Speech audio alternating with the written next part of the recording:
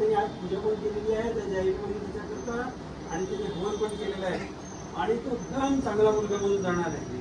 ठीक आहे, त्याच्याकरता आपण सर्वांनी भगवंताला प्रार्थना करायची आणि 2-2 अक्षर त्याच्यावरती सोडायचे आणि आई वडिलांवरती पण सोडायचे.